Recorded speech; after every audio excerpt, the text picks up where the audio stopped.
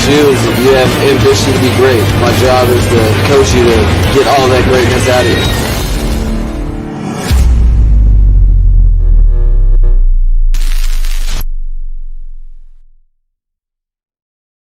What is good, Fin Nation? What's good? It's your boy Reason, and we are back here for yet another one. You know what? I was sitting there watching that intro, waiting for the show to start, and I thought to myself, how many people who have only been in the YouTube community for like the last year or so and haven't really seen EM Dolphin Fan on screen realize EM Dolphin Fan is on screen in my intro? I really actually wonder that. Now, I know some of y'all are OGs and you guys have been around since 2019. And when I started the channel in March 2020, after I'd been in the community since October 2019, I know some of you guys have been around and remember the finger pointing, but he's literally in the intro. If people don't realize, he's the one rocking back and forth in his chair like this. Go check him out. If you've never seen EM Dolphin Fan, there you go. There's your Easter egg. He's in the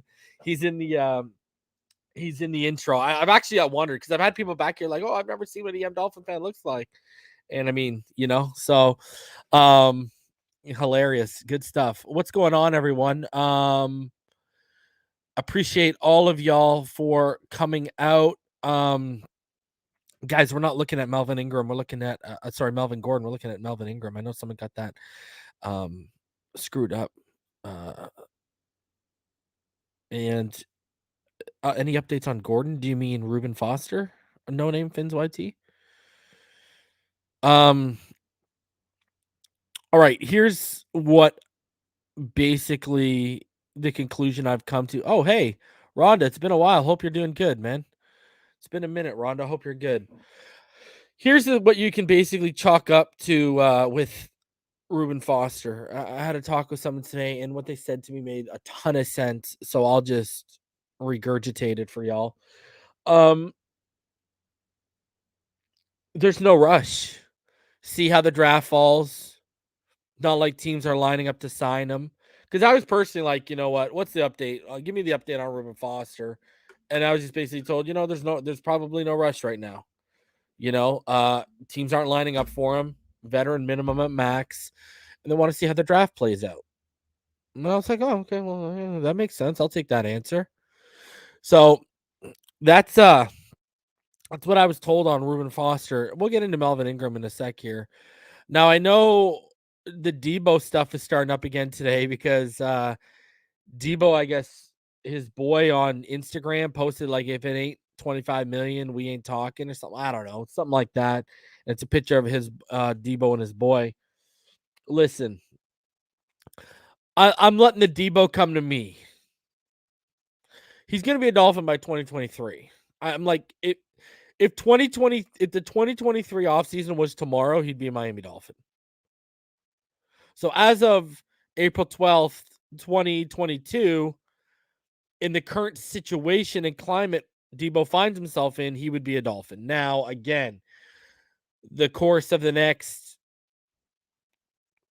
I'm going to say 330 days, because we'll give you some leeway of 35 days of when free agency opens up next year. So next 330 days, a lot could change. I mean, someone's whole life could change. I mean, you think I could have quintuplets coming through and he wants to take whatever money any team throws at him just to make sure his kids are okay? I mean, I don't know.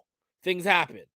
So as far as I know, Debo wants to be a Dolphin, and that nothing's really changed on that whole front. Nothing's changed on Debo Samuel at all. And I don't listen, I don't think they're going to trade for him. And this is why. I think they're going to see if they can sign him next year. And the reason why I think is they're not going to bid against themselves. They know, league circles know he wants to be a Dolphin.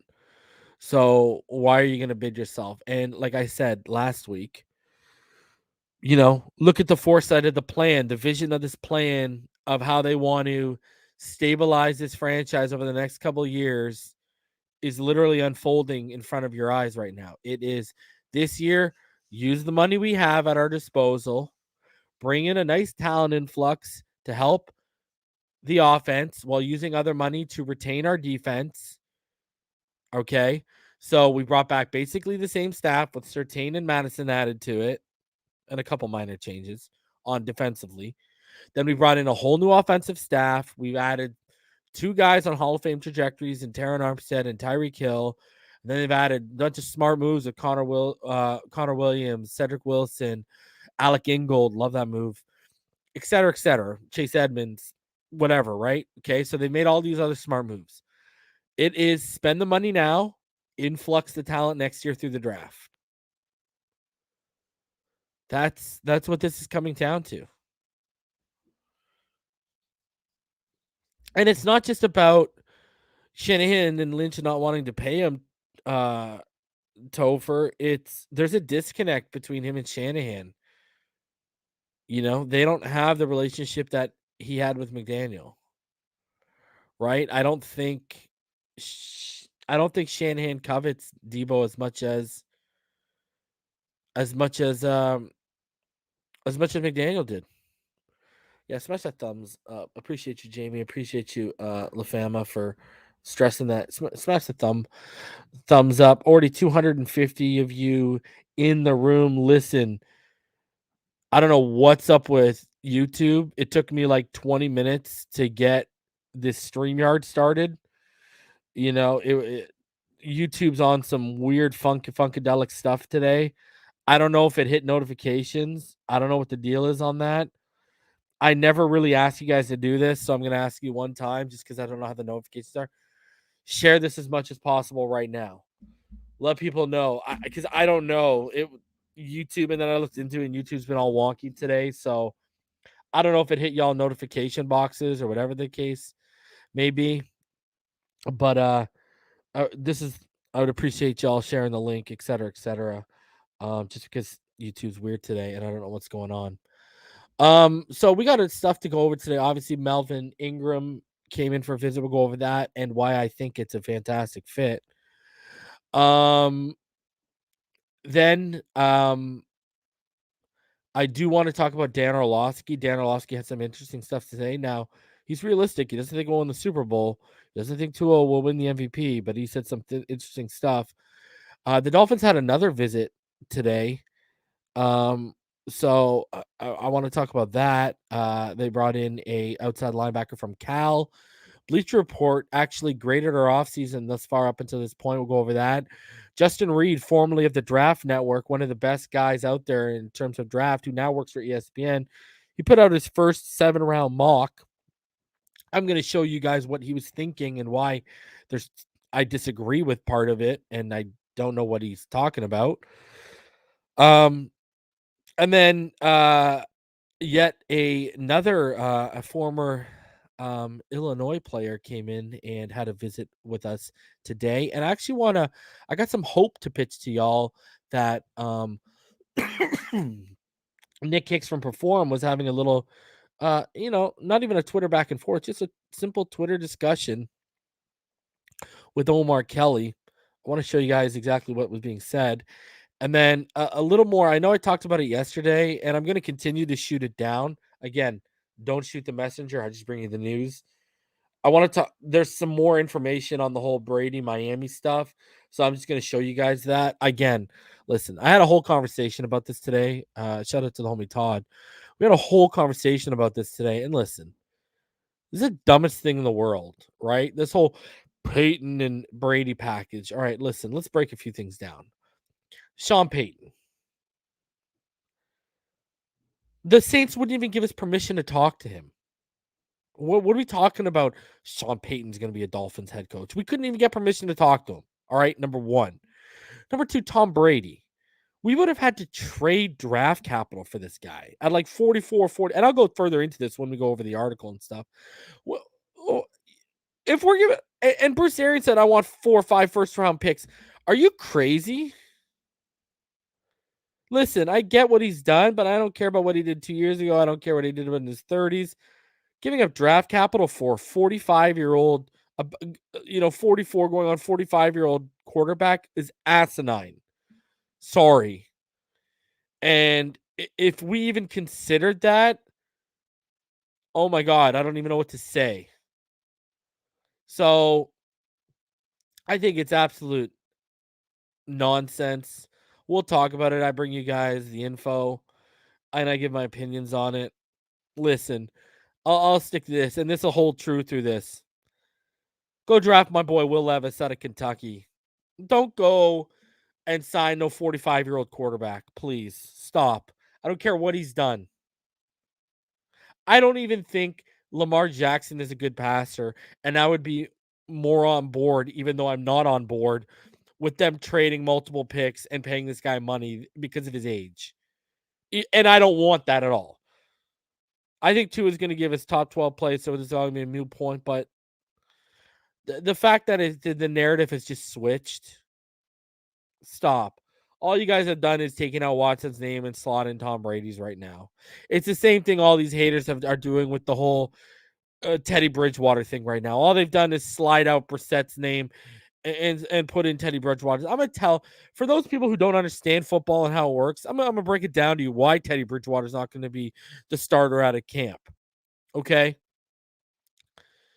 we all know what Teddy Bridgewater's ceiling is. Teddy Bridgewater put up comparable numbers to Tua last year, had a better offensive line, had a ridiculous running game, had Cortland Sutton, Tim Patrick, Noah Fant.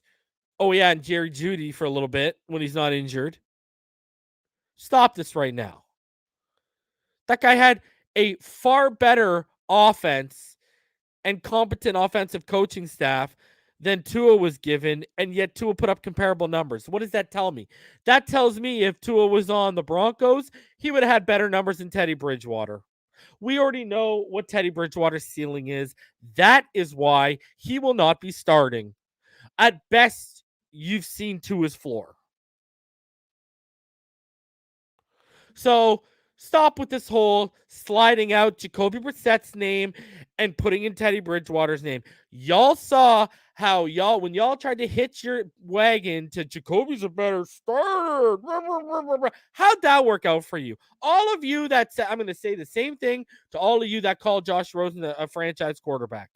All the people that advocated for Jacoby Brissett as a better starter and should be the starting quarterback of the Miami Dolphins over Tua Tagovailoa, just like all those who call Josh Rosen a franchise quarterback, you have lost any credibility when talking about the position.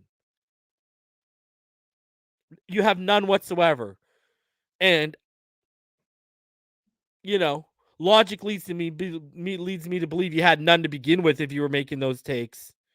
See, I supported and I broke down Tua's film, and I love Tua coming out of college, and I believe in Tua's ceiling, but I've never called him a franchise quarterback yet. I've said he's shown flashes that he could be worth investing in and he could reach that franchise quarterback ceiling. That's what I've said. So all you people who have made these definitive statements on these crap quarterbacks, stop. And K9 Cents didn't ball game support Rosen. Yes, he did. But guess what? And I said this all the way back in 2019, and I'm still saying it to this day. Ball game knows Josh Rosen personally. He actually has a reason to be invested in the kid. His sons played ball with Josh Rosen growing up. He knows the guy personally. Ball game is literally the only one in this community that has an excuse to be invested and to support Josh Rosen because there's a personal relationship. He could pick up the phone. That's why Josh Rosen knows all the things that me and EM used to say about him. He knows all the things, and he actually told Ball Game he was fine with it because we weren't lying. See, we never made it personal with Tua. People out here have made it personal with. We never made it personal with Rosen. People out here have made it personal with Tua. That's the difference. Me and EM used to critique the player. We never criticized the person. People have done the opposite with Tua. That's the difference. Because me and EM, that's where EM coined the phrase in this community, and I used to piggyback off him every time he said it. We don't know Josh Rosen from a can of paint. James Steele, $10. Reason, if I was Greer, I would play the long game with Debo. Wait till the trade deadline, week 8. Dangle a second-round pick from 2023. Bam, we get Debo. Playoff push. I'm down. That's better than overpaying right now. I agree with that take 110%. And here's the other thing, too. I got on the Teddy Bridgewater thing. Why is it for 2019, hold on. I apologize. 2020, 2021, anything that Tua, another player, or a coach said would be taking literally if it resulted in negative publicity for Tua in this community, those words were taking literally. But when McDaniel comes out and literally kills the whole Bridgewater is going to push for a starter narrative like the first day of the annual GM meetings, he literally kills it. Literally kills it. And tells everyone, yeah, the guy I was explaining at the combine, that was Teddy Bridgewater. He's even telling you I was explaining to his backup months ago.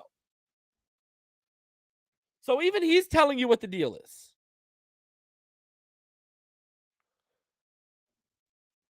But now we don't want to take the coach's words literally because it don't fit narratives. You know,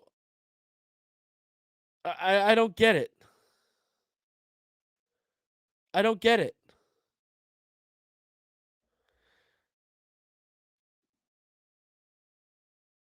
So, I mean, it's just ridiculous. I just, all these people out here, they just got narratives and agendas to push. But yet, you see how we pick and choose? It's evident. It's clear as day. And you might think you might be able to pull a fast one on the naive people, on the people with low IQs, low football knowledge, et cetera, et cetera. I'm the last one that's gonna get that crap pulled over on. And the problem that those people have is I'm here to shed light on that, like I just did right now. So this whole Teddy's gonna start, and listen, it's a moot point. All right. All the Watson wanters, and I was the guy that, hey, I said, if Watson is totally cleared of everything and the trade makes sense and they're not gouging you for everything, sure, make the trade. It's an upgrade. But we had people out here campaigning. I'm surprised there weren't hats and pins and shirts going around. And now they've just switched. They're the same people that push for Brissett, then they push for Watson. Both of those failed. One, because thank God we didn't guarantee $230 million. The other one, they actually got their wish. The guy got 6 starts, and he only looked competent against the Houston Texans. Okay, only looked competent against the Houston Texans, and didn't even blow the Texans away. If it wasn't for Tyrod having his worst career game against the Miami Dolphins, because Tyrod was a Dolphins killer up until that game. But if it wasn't for Tyrod having his worst career game against the Dolphins, the Texans probably would have been in the game. Let's be honest. All right. And it got so bad that I coined the phrase jabroni brisket, and other platforms started using it. That's how bad it got. Yet, when we talk about Josh Rosen, when we talk about even Ryan Fitzpatrick, when we talk about Jacoby Brissett, when we talk about Tua Tagovailoa, Brian Flores only has a winning record with one of those guys. I'll give you 4 guesses. Unbelievable. Again, people are trying to say Teddy's better when Teddy had comparable stats to Tua. Teddy been in the league way longer than Tua. Teddy have a way better offensive line, way better supporting cast, and a way better offensive coaching staff in Denver. And he put up comparable numbers to Tua. And that's what we're hanging our hat on. Instead of actually using a little logic and, I don't know, look at the name in the box under my face, reason, and seeing that, oh my God, if Tua was in that situation, he would have blown Teddy's numbers out. That's literally what that tells you. And what does that tell you? If Teddy would have been in a Tua situation last year, womp, womp, womp, he would have fallen on his face. That's exactly what it tells you. Because he wouldn't have had the offensive. Buddy, Quinn Miners, the guy that I wanted, the guy I have an interview with on this channel, he was better than anyone we had, including Robert Hunt. And everyone knows I love Robert Hunt. Quinn Miners was better than Robert Hunt. That's just starting at the rookie on their offensive line. Their offensive line was way better than ours. Cortland Sutton, Noah Fant, Tim Patrick, Jerry Jeudy, Javonte Williams, Melvin Gordon. Really? Really? Shouldn't we be a little bit more disappointed in Teddy's numbers? And if Teddy was so good with that supporting cast I just named, why were they going to draft a quarterback if they didn't trade Russell Wilson anyways? Why was Teddy nothing more than a stopgap? So, people want to have their narratives. People want to have their agendas. I get it. It's cute. But, I mean, now we've gone from, desperation and grasping at straws to, now we're punching at air. Now we're, grabbing at air. So, and like I said before, if Tua does fall on his face, use those 2 first-round picks. Go get my boy Will Levis from Kentucky, and let's ride, baby. And let's ride. I don't want no 45-year-old quarterback. I don't want I got to pay you $40 million and you're nowhere near developed as a passer, even though you're a ridiculous athlete with ridiculous speed. You're nowhere near the passer I need. And I got to pay you $40+ million. I don't want any of that. I'm sorry. I don't want none of that is appealing. The only thing that was the thing that was appealing about Watson is he had the athleticism, he had the arm, he had all the talent. 45-year-old Tom Brady is not Deshaun Watson entering his prime if all the allegations are put to rest and he gets absolved of. He's already been absolved of the criminal ones. He gets absolved of all those civil stuff. Neither Lamar Jackson nor a 45-year-old Tom Brady are a clean, no issues Deshaun Watson. That's a different realm we're in. I like Van Dyke out of too. I like Levis better. So, I mean, I don't want Baker Mayfield. I'm good. I'm good. So, enough with the Teddy Bridgewater stuff, really. Wasn't Greasy drafted in the 5th round and had a losing record before Shula became a head coach? Before my time, my friend. I'm a little too young for that one.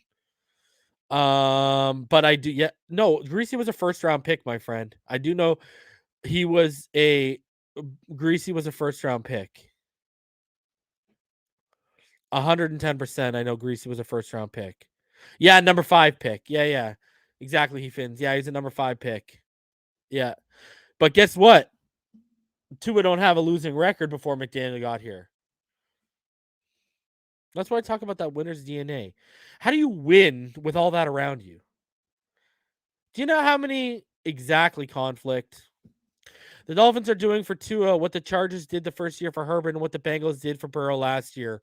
Comment of the day. And I've said this before, conflict. And I've had this conversation privately with EM because he said the same thing you did about Burrow. It is not unrealistic to think we could be the Bengals of this year if everything goes right for us. Now, everything goes right in terms of Tua takes the leap, everyone stays healthy. The defense, we get that defense that we saw out of 8 of the last 9 games, not the one we saw over the first 8 games. Okay, everything goes right. I'm just saying.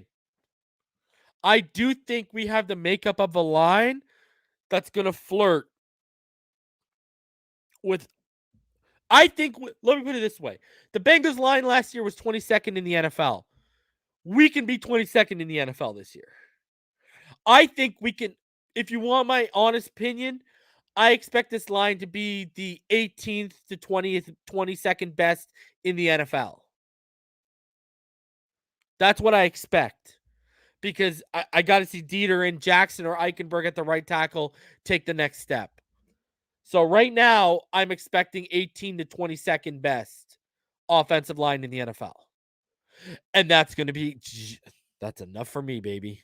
You give us top 20, let's go. Let's go. I'm telling you. I'm not up here. I'm not going to be up here and saying top 10, top 10. Now, I think we have a top 5 receiving core in the NFL. And I think if everything goes right, like I said, we could be flirting back with the top 10 defense in the NFL for a full season, not just a half of the season. So I'm saying this, if we get a top 5, if that top 5 receiving core shows up, if our defense shows up and gives us top 10, top 12 stuff, if Tua gives us top 12 play, if our offensive line is just 18 to 22nd best in the NFL, I might be wrong. We might win more than one playoff game. And I know first-year head coach, I get all that. But the experience he's put around him, the defensive coaching staff, 90% of it staying intact. It's not the same kind of turnover you normally see. And here's the other thing. Think of the familiarity amongst the coaches, just Embry, Welker, and McDaniel themselves, right? Like, there's a lot of familiarity. They've been coaching the last couple of years together. I mean, it's really just shifting, right? So they don't have to get in sync. I think Frank Smith's not going to have a problem because it's McDaniel. The first year, it's going to be like what we saw with Flores in the defense. McDaniel is going to be very, very hands-on. And then you can see in year 2, year 3, he'll allow Frank Smith, if he's still here and doesn't get a job somewhere else, good things are happening, then you'll see Frank Smith get a little bit more leeway to do more stuff he wants to do. But it's going to be mainly McDaniel's vision, McDaniel's plan, you execute it. That's what it's going to be, people. How about my Florida Panthers? Listen, I'm going to tell you this right now. Let's pivot for a sec. I'm a Pittsburgh Penguins fan. Everyone knows this. Don't talk to me about regular season. Talk to me about the Stanley Cup playoffs. Okay? All right? I've watched 5 Stanley Cups be hoisted by my team since 1991. Okay? All right? I've seen 7 Eastern Conference Finals appearances, I believe. 7? Yeah, 7. Show me the money. There's no trophies for winning. I don't care what the President's Trophy is. There's no banners being hung in your rafters for having a good regular season and going out in the first round. That's what I'm gonna say to you guys. So, and teams that only rely on President's Trophies, if people are okay with being regular season winners, cool. but it's about the big trophy for me at least. All right, so let's get into this stuff. Let's start off with Melvin Ingram. Guys, smash that like button, subscribe if you are new. We passed 7,600. Appreciate all of you for supporting the channel as we continue to grow here. Let's start off. We are going to start off with Melvin Ingram. I know this is someone we chased last year. And personally, I'm a huge fan of this possibility. I really am. I'm going to tell you why. So, interesting free agent visit for the Dolphins. Former Chiefs pass rusher Melvin Ingram is visiting today per Ian Rappaport and Tom Pelissero. He came on strong last year in KC, and he is now a potential addition to Miami. Okay, I'm going to tell you why I like this. First of all, we need depth at edge. Okay, now he's probably going to be a rotational pass rusher the majority of the time, but I will say this. He had over 790 snaps last year in total. He had sorry, I apologize. He had 731 snaps. 460 of those were pass rush snaps. 231 of those were run defense, and 40 of them were in coverage. Now, he was pretty good, especially with KC. I mean, he got 320 pass rush snaps with KC, and he had 33 pressures, 4 sacks, 5 quarterback hits, and 24 hurries. You know what I mean? I mean, he had a pretty good season. He finished with 51 total pressures, 5 sacks, 11 hits, and 35 hurries. So, I'm personally, he's still got the pass rush tools. Now I will say this. I don't like the fact that, you have 21 tackles and you miss 5. I don't like I don't like you missing on, you know, a on 21% of your tackles. That's not a good thing. But man, he forced 2 fumbles last year as well. I mean, the guy still got some juice left in his tank. I think at he's about to be 33, and I think it helps Jalen Phillips. It gives Jalen Phillips another guy to lean on. It gives Jalen Phillips another guy to mentor him and help develop his pass rush skill set. Again, I think this is not only a good investment for a year, I think this is also a good investment for your future when it comes to a guy like Jalen Phillips. Personally, this is a 1-year deal. No, it's going to be probably no guaranteed money. Really, really low risk, high reward type thing. How could you hate it? You got to ask yourself, how could you hate it? So, personally, I'm a fan. I would say Adam. I would say Adam.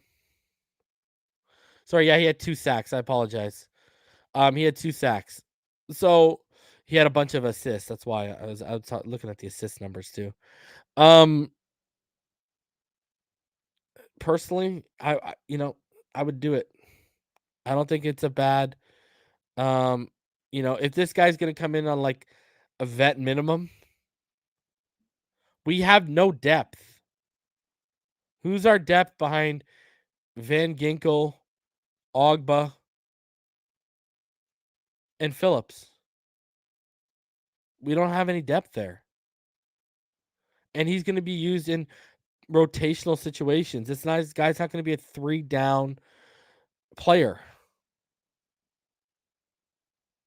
So, personally, I like it. I like it. 33 years old, obviously not what he was in 2017, but we don't need him to be what he was in 2017. We don't need him to be that.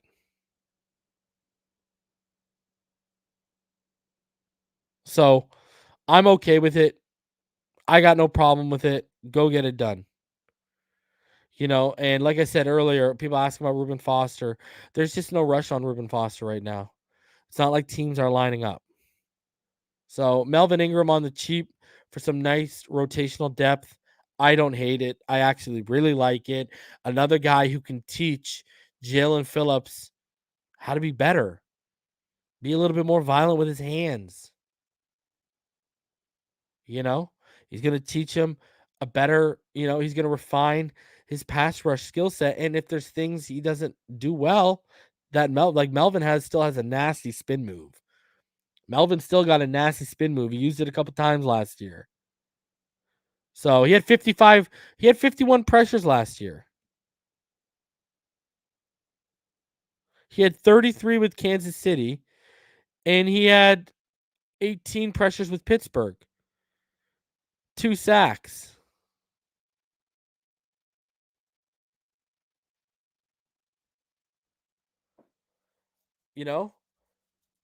11 quarterback hits, 35 hurries. Let's go. On 460 pass rush snaps, that's good. That is good. I'll take it. So when you talk about just as a situational player, let's go. Why not?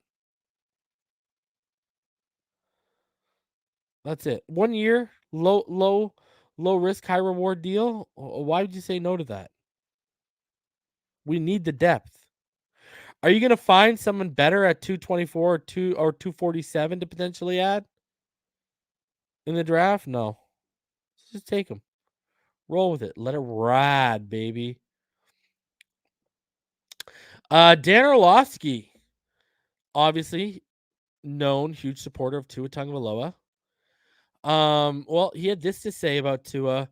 When asked on Pat McAfee's show if the Dolphins are going to Super Bowl and Tua is going to be an MVP, now prepare yourselves. He said we're not going to the Super Bowl and Tua is not going to be an MVP, but he did say what I've been saying, and I'll let him do the talking for you. Bowl and Tua win the MVP this year? Nice. There we go. No. Tyreek. Whoa! Jesus! Dane, what's that all How good are about? they going to be this first Bro, year? put him on Coach? Cuck Mountain, dude. What's that about? This guy. Why no hope for the Dolphins? They're turning that whole place around down there. I mean, saying is there hope for the Dolphins and asking me if Tua's going to win the MVP and the Super Bowl aren't necessarily the same thing. Playoffs. Tua's probably win the MVP. That's right. I would tell you this, and this is not going to go over exceedingly well, but I'll tell you this. I would be more willing to bet on the Dolphins making the playoffs, given what the odds would be, Pat. You know the gambling world better than I, than New England. Let's go! Oh, let him know. Son of a bitch. Why is that? Let him know.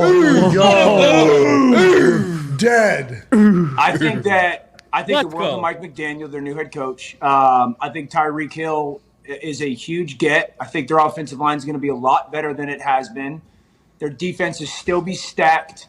I get concerned with New England and who in the fudge is calling their plays. I don't get what New England's doing. I don't understand that they don't have a person on their offensive staff has ever called a play in the NFL, to my knowledge. Dude, doesn't matter. Like that gives me big time hesitation about what they're going to get done. I saw you talk about that, how that was your most alarming thing happening in the NFL was who's going to be the offense coordinator. And you talked about the people who have been in the ear of the other young quarterbacks who have done very well. Didn't Mac Jones teach Bill O'Brien the offense at Alabama, and then he taught Cam Newton the offense? Isn't it just Bill Belichick and Mac Jones making this whole thing happen next year? That's alarming to you think? Well, I'm pretty sure Steve Sarkisian called the plays for Mac Jones at Alabama, not Bill O'Brien. Absolute asshat. Listen, do a little more research, please. I'm pretty sure it was Steve Sarkisian. Yeah, but he taught the offense to Bill O'Brien, dude. Yeah, I mean, teaching the offense and then calling plays are very different. Bill offense. Belichick. Bill come Belichick's on, calling the Dave. plays. All right. Well, I mean, maybe I'll be proven wrong in that. I'm just telling you. I'm with you, Dan. Would you feel great if Kyle Shanahan became the defensive coordinator of the 49ers? I think there'd be a reason. I'm like, all right, well, I assume he knows. That guy knows how to call offensive. But it is interesting that he's taking that approach. Well, I would assume that Mac knows who's going to be calling plays right now, right? They know, you would think. I would imagine, unless they have something else in the works that we just don't know about that's going to get, put together later. I don't know, but I still right, can't Kristen. sit here and say I feel good about that. If it was anybody else but New England, I'd be like, they have absolutely no shot. But it still gives me a massive amount of concern that a quarterback in his second year without a dominant wide receiver is going into a season and the play caller isn't doesn't have the kind of experience of actually calling plays within a game. Type of amateur bullshit. I actually agree with Dan. I think Dan's like 110% on point. He makes a lot of good, what are you going to trust? Mac and Belichick are calling the offense right now? Who's calling that offense? And there's no dominant wide receiver. He's right again. Nelson Aguilar? Come on. Notice how Dan Orlovsky said there's no dominant receiver? Hey, he's a Dolphins. He loves Tua. He knows DVP's there. So Dan also doing right by the media. Enough of this Randy Moss 2.0 DVP hype. He let him know what time it was. He let him know. Thank God. See? He said they don't got a dominant receiver. He knows DVP there. He know dumb. Dan Orlovsky's a smart individual. Telling it what's good. Let's go. But see? Bet on the Dolphins. We are making the playoffs this year. 5-1 in our division. Sweep the Patriots. Sweep the Jets. Split with the Bills. Let's go. Let's go. All right. For some of y'all, because I know some of y'all do watch it, on the Dan Levitard show, Ben Volen was on it. Again, pushing this narrative of Brady. So I'm going to play this clip for you guys, and then I'm going to show you what he said on his article. And I must say, Ben Volen really got dressed up in his nicest attire for this interview. That statement by Tom Brady that we took to mean retirement after Adam Schefter reported that he was retiring, that statement was only goodbye to Tampa Bay, and that weeks later he planned to just shift to the Dolphins, but Brian Flores having, 3 hours later or whenever it was, Brian Flores' lawsuit comes out. You're saying that's the deterrent, that he was just saying goodbye to Tampa. It was not, and that's the reason that he wasn't thanking the Patriots and everything in that Me statement. and Billy tried to tell you. Yeah, that's exactly what I'm telling you. That was the big story up here. Why is Tom Brady snubbing us? Well, he wasn't really saying goodbye to the Patriots. In fact, he was going to see them twice a year in his new arrangement. So that would have been shit. That's crazy. That is crazy. Yeah. So, I mean, they're still pushing that narrative. Now, I'm going to bring up the article Ben Volen wrote last week that they're talking about, because I forgot to bring it up to you guys. It's a little bit more in depth than that. Listen, I do know for a fact, I will say this again, I know for a fact that the Flores lawsuit torpedoed Harbaugh. I do know that for a fact, that John Harbaugh was in play, and it got torpedoed by the whole Flores thing. I know that for a fact. This, I don't know about. And again, you'd have to trade for Tom Brady. Then you'd have to pay Tom Brady. And with Tom Brady's money on the books, would we be able to put together this offense we put together this year? Would we have been able to pay Tyreek Hill $30 million a year with this guy in here making about 30 himself? No. So this is what Ben Volen said in his Boston Globe article. Brady decided to walk away from the Buccaneers for two reasons. One, per Orenberg, was his relationship with Arians. Orenberg is former teammates and close friends with a member of the Tampa Bay coaching staff, A.Q. Shipley. The retirement announcement wasn't because of the trouble seeing eye to eye on the offensive game planning, but the relationship was souring, Orenberger wrote on Twitter. Offensive coordinator Byron Leftwich and Brady would work on the week's game plan. Arians would come in and take the red pen to work they've done. The QB and OC felt undermined. There was tension. The other and more significant reason was that the Dolphins owner Stephen Ross presented Brady with a golden opportunity to get into the business of the NFL. Per the league source, Brady was going to be given a position high in the Miami front office, similar to Derek Jeter's former position with the Miami Marlins. Florio reported Thursday that the Dolphins were going to introduce Brady as a minority owner the week before the Super Bowl. Brady has two big connections to the Dolphins. One is the University of Michigan. Brady is its star alum, and Ross has his name on its business school. The other is the Dolphins minority owner, Bruce Beal, who's Brady's friend and joined Brady on at least one trip to the Kentucky Derby. Ross badly wanted Brady, in part of being sizzled to the Dolphins, in part to stick it to the Patriots. For Brady, it was an opportunity to get into the business side of the NFL with the goal of one day fronting his own ownership group. This doesn't mean Brady was done playing football. After all, he just finished his second in MVP voting and led the NFL in passing yards and touchdown passes. The Dolphins' offer was just Brady's way of getting out of Tampa. He was under contract with the Buccaneers as a player, but they couldn't stop him from becoming an executive. Once Brady was in Miami and once the Buccaneers had found a replacement at quarterback, the Dolphins would have approached the Bucs about a trade compensation to let Brady come out of retirement and play quarterback. I thought he was possibly going to take a year off or something like that and maybe come back after that, Gronkowski said Wednesday on Jimmy Kimmel Live. So, and then it goes in here and it says, it talks about the Payton. Payton, the former Saints coach who resigned January 25th, was also going to be involved, as first reported by Florio on February 28th. Brady and Payton have a relationship of over 20 years in the NFL and share an agent in Don Yee. Brady was close to joining the Saints in 2020 before Drew Brees decided to return for another year. Per league source, if Brady was going to run the Dolphins, he was going to do it only with a veteran coach that he trusted, such as Payton. Payton acknowledged when he resigned from the Saints that he intended to coach again soon. On the morning of February 1st, Brady announced his retirement, except that he never actually used that word. He said he was not going to make the competitive commitment anymore. His choice of words was deliberate. Just hours later, on February 1st, Flores filed his lawsuit against the Dolphins and the NFL, alleging racial discrimination, as well as making explosive allegations against Ross of trying to lose games intentionally and of tampering with a certain star quarterback.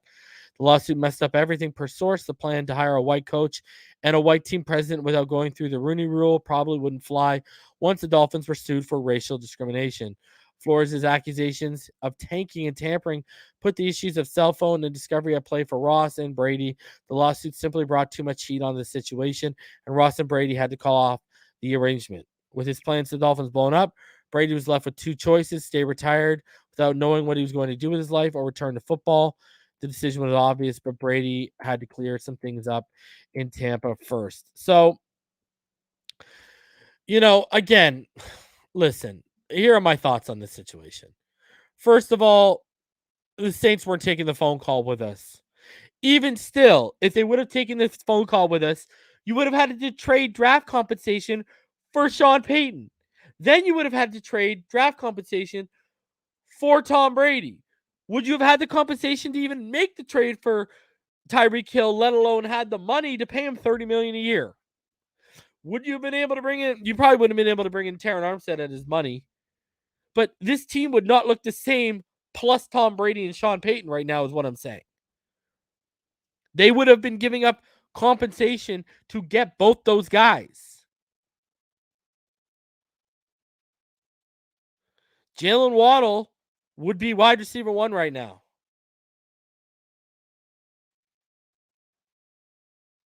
So, and you know what? Thank God that all didn't work out.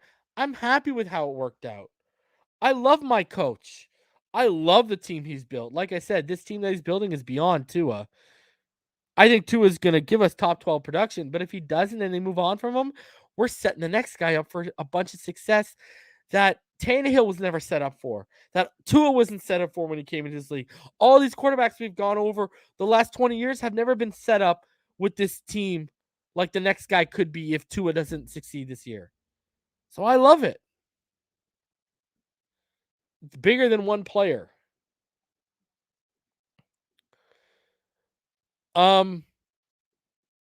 The Dolphins,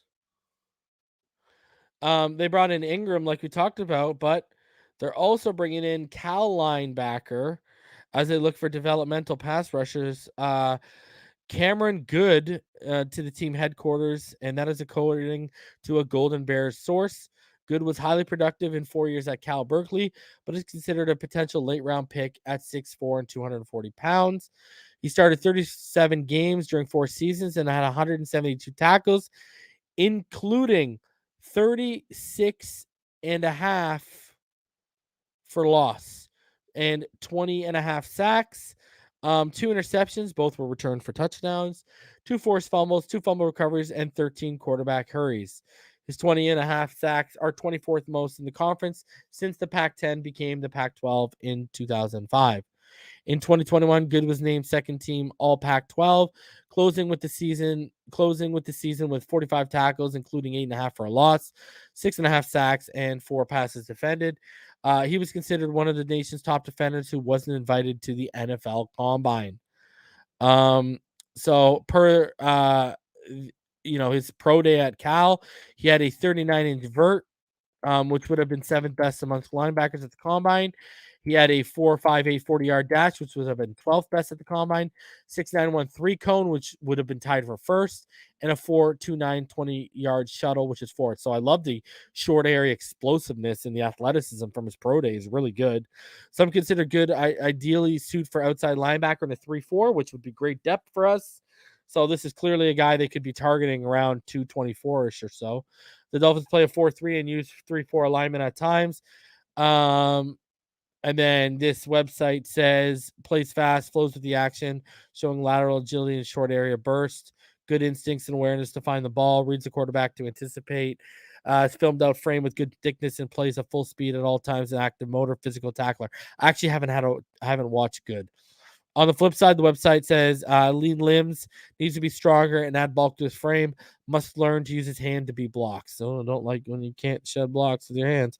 The Dolphins have only 4 draft picks, 102, 125, and then 224 and 247, where Good could be in consideration if available. Dolphins are also expected to sign several UDFAs. Teams are permitted to fly 30 non-local draft prospects to team headquarters for pre-draft meetings, and Good, Baylor safety JT Woods, and Georgia linebacker Channing Tindall are among Miami's 30 visits, according to sources. I would love Channing Tindall at 102 or 125. That would be fantastic. I even said that in my evaluation of him. I would love Channing Tindall, please. It would be a fantastic pick all day. They also had another meeting today, prospect visit. According to Jordan Schultz, Owen Carney Jr., he worked out for the Bengals per source. He was a participant at the Dolphins local day and a part of a small group. He actually dined with the Dolphins. So he recorded 21 bench reps at the Illinois Pro Day. He was an All Big Ten at edge in 2020 and an All Big Ten outside linebacker in 2021. So another guy who can fit the 3-4 alignment when we want to use it, and another developmental guy. So interesting stuff there, right there. So those are a couple names just to keep on your radar if you're jotting them down. Bleacher Report had an interesting article. They graded every NFL team's offseason before the 2020 draft, and the Dolphins, well, they gave them an A. And their description here is, at the end of the 2021 season, few would have guessed the Miami Dolphins would have hired a new head coach and added Tyreek Hill to the roster during the first waves of free agency. The aggressive decision to move on from Brian Flores makes sense after seeing Miami fully invest in its offense around Tua Tagovailoa. New head coach Mike McDaniel knew the unit needed high upside starters and stars to compete. Miami acquired arguably the 2 best available players at their respective positions this offseason in Tyreek Hill and left tackle Taron Armstead. After adding those 2, along with keeping Emmanuel Ogbah and Mike Gesicki, restructuring Xavier Howard, and signing Cedric Wilson, Chase Edmonds, Raheem Mostert, and Connor Williams, they'll also add Alec Ingold for this scheme. The Dolphins have a much higher ceiling in 2022. It was worth spending their first 2022 picks and $180 million guaranteed on that group. There's still a possibility that Tagovailoa won't take a notable step forward despite the improved scheme and surrounding cast in 2022. However, the Dolphins have assets to either double down on Tua or find an alternative option in 2023. Even the decision to sign Teddy Bridgewater will help insulate against another Tagovailoa injury or surprising lack of growth, as Bridgewater is a proven capable stopgap starter. Miami the kind to play it safe and appears massively improved. Like I said, so far I'd already be giving us an A++. It would be off the scale what we've done. We've had the best offseason by far. I don't care what anyone says. You know what I mean? We were making nice moves. We were liking all the moves, but we were like, oh man, everyone else is loading up, and we like how we're spending our money, spreading our money, and then bam, bam, bam, bam, bam, Taron Armstead, Tyreek Hill. And I personally think we have had the best offseason. And I do see Tua taking that step this year. I love it. I love the investment that this group has shown in not only a quarterback, but in just getting things right. You know, it's going to be finally nice to have an explosive offense and an offense.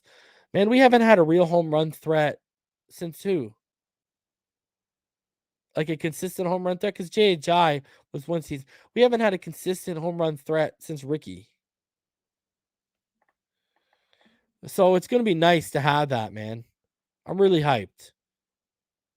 I'm really, really hyped to see this. You know, like, it's really, really interesting stuff, man. So I give us an A++. Now, someone who I really like, and I don't know how you guys feel, Jordan Reid, formerly of the Draft Network. He's now with ESPN. One of the better draft guys out there. He came out with his 7-round mock, and this is what he had the Dolphins doing here. So at 102, let me just go up right here. At 102, he has James Cook falling to us. After adding Tyreek Hill last month, the Dolphins now have one of the fastest offenses in the league, as Hill and Jalen Waddle can fly. Even though they recently signed Chase Edmonds and Raheem Mostert, Cook makes sense as insurance. I love James Cook. My issue is we have the guys that Reid just mentioned in Chase Edmonds, Raheem Mostert. Those are basically the James Cook skill sets. James Cook is not a third down back. James Cook is not a red zone back. James Cook is not a guy you're giving it to on 4th and 1 and 3rd and 1 saying, go get me a yard, run up the middle. I love James Cook. I think he's one of the best pass catching backs in this class. But let's call a spade right now. We need a third down back. That's what we need. That's what we're waiting on.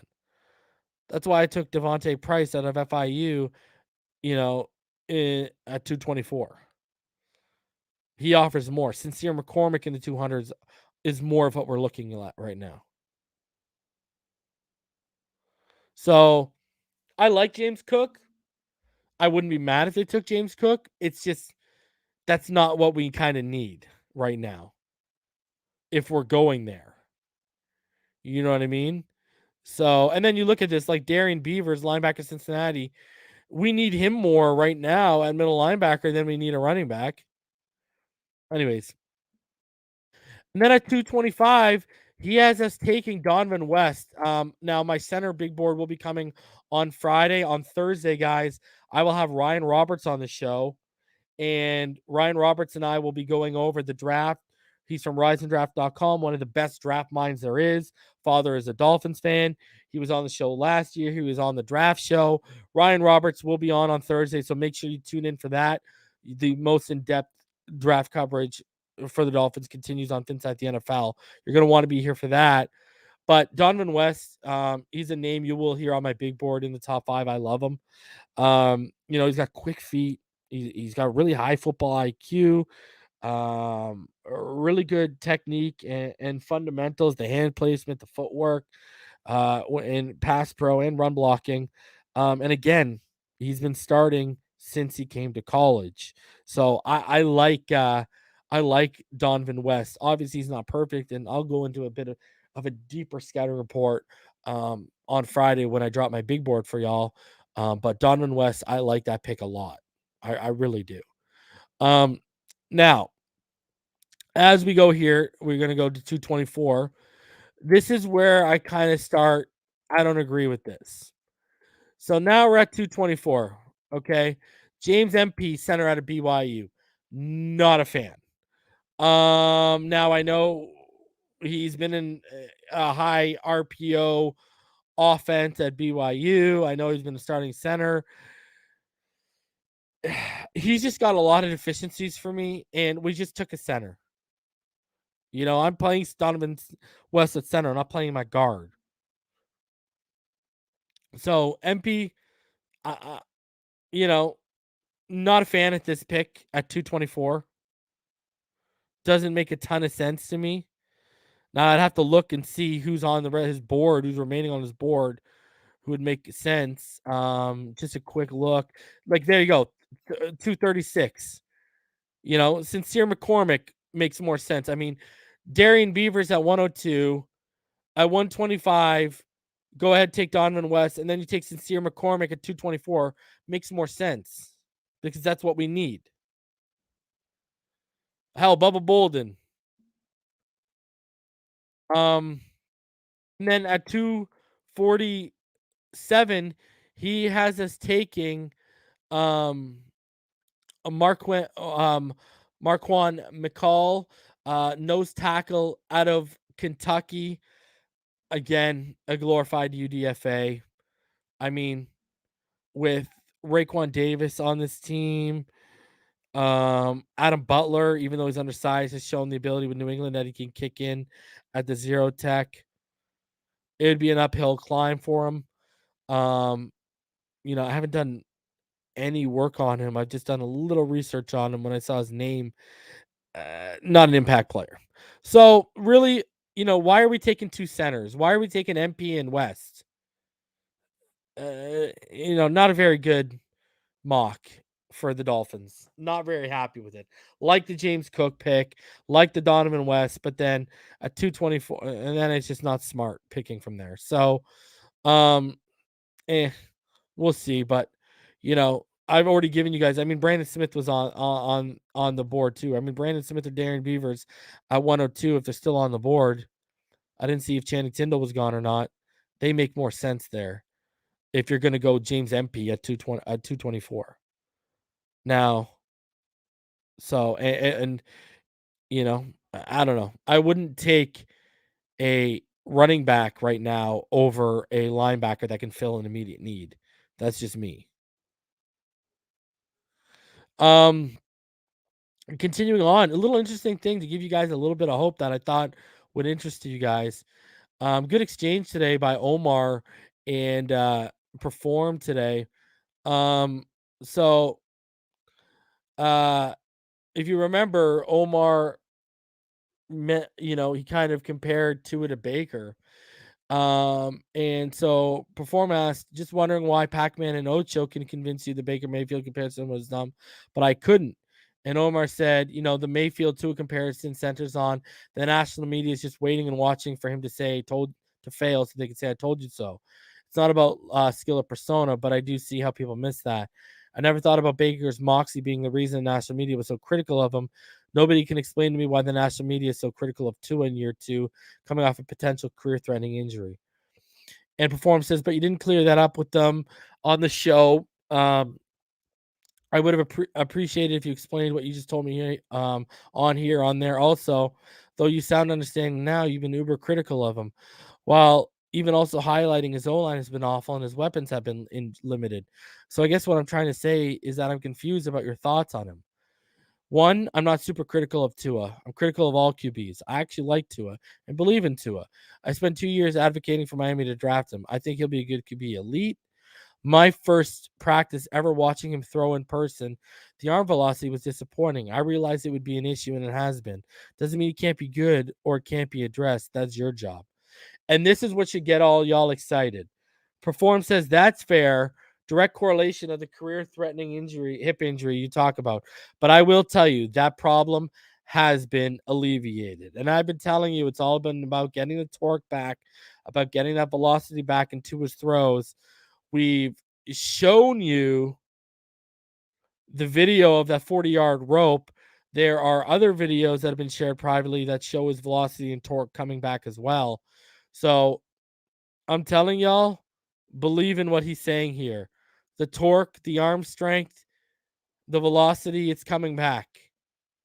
It was going to take time, but it's coming back. It's coming back. Keep the faith, baby. Like, your name was George Michael. Keep the faith. You got to have faith, man. So, personally, man, I just can't wait for September to get here. You know, shout out to the homie, Zach Shalmer. If you guys saw, Zach Shalmer actually just did a video talking about the Deebo Samuel trade. And even he was like, man, I want to see Deebo Samuel go to the Dolphins. He's like, I just want to see the chaos. You know, I think that'd be real fun. And so do I. I want to see how people would deal with that. Plus, the looks on people's faces when we got Deebo would be absolutely priceless. I'm sorry. You know, I mean, man, and then just the amount of weapons we'd have at our disposal on the field, man, it's just so appealing. It's so crazy to think about. You know, you look at the speed that we already have, and if you could add something like that, oh my God. Oh my God. Oh my God. Yeah, I see people top 5. Oh. Perfect Q. I'll take Damon Clark at 102. Even with his spine injury, At 102, I don't know, bro. That spine injury, that's going to drop him, dude. 102 with that injury, man, I will be actually, you know, I don't know if he goes in the first 3 rounds, bro. That guy, you know, he might be a day 3 pick now because of that spine surgery, dude. I don't know if I'd go there.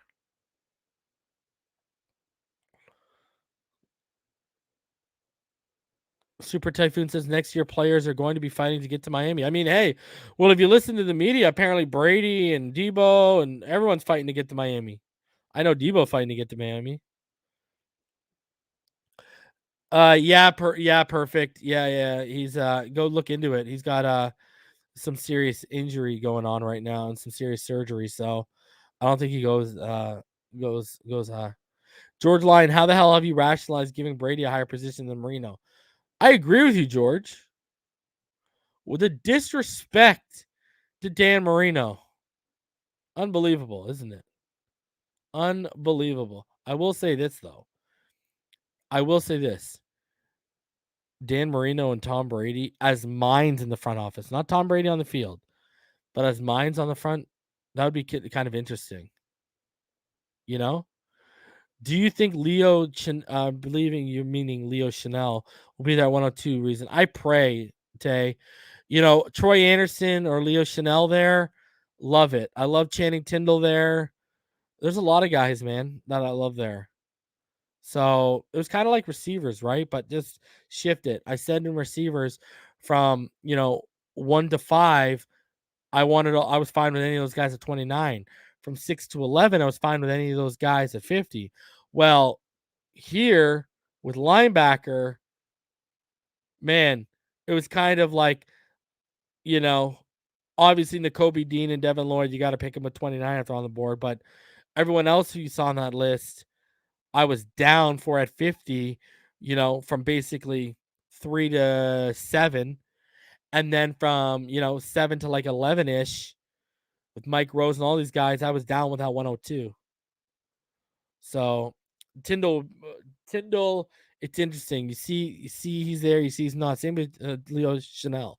The draft night, there's going to be guys that they're higher, that NFL scouts are higher on than we're all higher on, than these draft sites are higher on, and it's going to mess up and fluctuate the whole board and how everyone lands. So you'll see. Just got to wait it out, man. Night 2 on Inside the NFL right here for the draft. We're going to be here for all 3 days, but we're making some picks on night 2. Guys, I am going to get out of here. I appreciate each and every one of you for coming through on this Tuesday night. I'm going to be back on Thursday with Ryan Roberts of riseanddraft.com. Buddy, one of the best draft minds in the in the draft community. He's going to be right here. We're going to be talking draft, Miami, the offseason. His father's a huge Dolphin fan. I introduced his father to Richmond Webb last year during our draft party, so that was a big moment. So Thursday night, I will be back. If anything breaks tomorrow, I will be back tomorrow. But if not, expect me on Thursday. Until then, I appreciate each and every one of you. Stay happy, healthy, safe, and blessed. As always, fins up all day, every day, baby.